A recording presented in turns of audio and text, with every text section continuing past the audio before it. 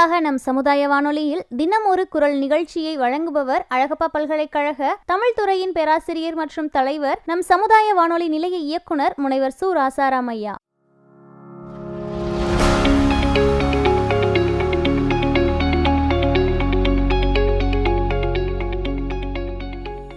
அழகப்பா பல்கலை சமுதாய வானொலி நிலைய நேயர்களுக்கு வணக்கம். தினம் ஒரு குரல் நிகழ்ச்சியில் இன்று அறத்துப்பால், பாயிரவியல், முதல் அதிகாரம், கடவுள் வாழ்த்து, குறள் எண் 1.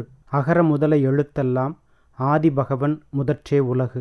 எழுத்துக்கள் எல்லாவற்றிற்கும் அகரம் முதலாக அமைந்திருப்பது போல் உலகம் அனைத்திற்கும் கடவுளே முதலாக இருக்கிறான் என்பது குறள் உணர்த்தும் பொருள். அதாவது எழுத்துக்கள் எல்லாம் அகரத்தை அடிப்படையாக கொண்டிருக்கின்றன. அதுபோல் உலகம் கடவுளை அடிப்படையாக கொண்டிருக்கின்றது என்பது கருத்து. தமிழ் எழுத்துக்களுக்கு அகரம் முதலாவது போல் என்று உவமை கூறாமல் எல்லா எழுத்துக்களுக்கும் அகரம் முதலாக நிற்றல் போல என்று கூறுவது குறிப்பிடத்தக்கது. கடவுளே யாவற்றிற்கும் முதல்வன் என்பதை சொல்ல வரும் திருவள்ளுவர் அந்த இலக்கணம் அவன் பெயரை கூறவே விளங்கும் என்பாரைப் போல அந்த முதன்மையை காட்டும் ஆதிபகவன் என்ற பெயரால் கடவுளை கூறுகிறார். அகரம் இயற்கையாக எதனது விகாரமாகவும் இன்றி நிற்றலைப் போல இறைவனும் எந்த பொருளினுடைய விகாரமாகவும் இன்றி ஒளிர்கிறான். அகரம் எல்லா எழுத்துக்களினூடும் கறந்தும் தெரிந்தும் கலந்திருக்கிறது. தனியாகவும் இருக்கிறது. ஆ என்று சொன்னால் அது தனியே நிற்கிறது. பா என்று சொன்னால்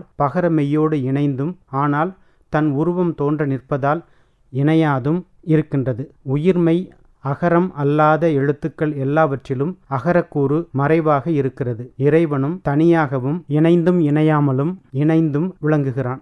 ஆ என்ற அகர ஒலி ஒன்றாக இருந்தாலும் அதற்குரிய வரி வடிவங்கள் வெவ்வேறு மொழிகளிலும் வெவ்வேறு வகையாக இருக்கின்றன.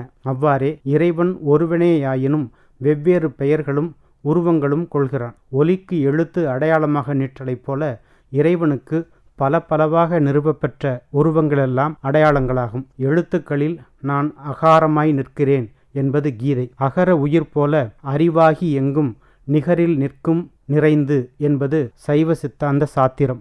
ஆரும் அறியார் அகாரம் அவனென்று என்பது திருமந்திரம். அகரம் முதலின் எழுத்தாகி நின்றாய் என்பது சுந்தரர் வாக்கு. உலகுக்கு முதல்வன் இறைவன் என்று கூற வந்தவர் அதற்கு பொருத்தமாக ஆதிபகவன் என்ற பெயரை கூறினார். தினம் ஒரு குறள் நிகழ்ச்சியில் இன்று அறத்துப்பால், பாயிரவியல், முதல் அதிகாரம், கடவுள் வாழ்த்து, குறள் எண் 1, அகர முதல எழுத்தெல்லாம் ஆதிபகவன் முதற்றே உலகு அறிந்து கொண்டோம். நன்றி.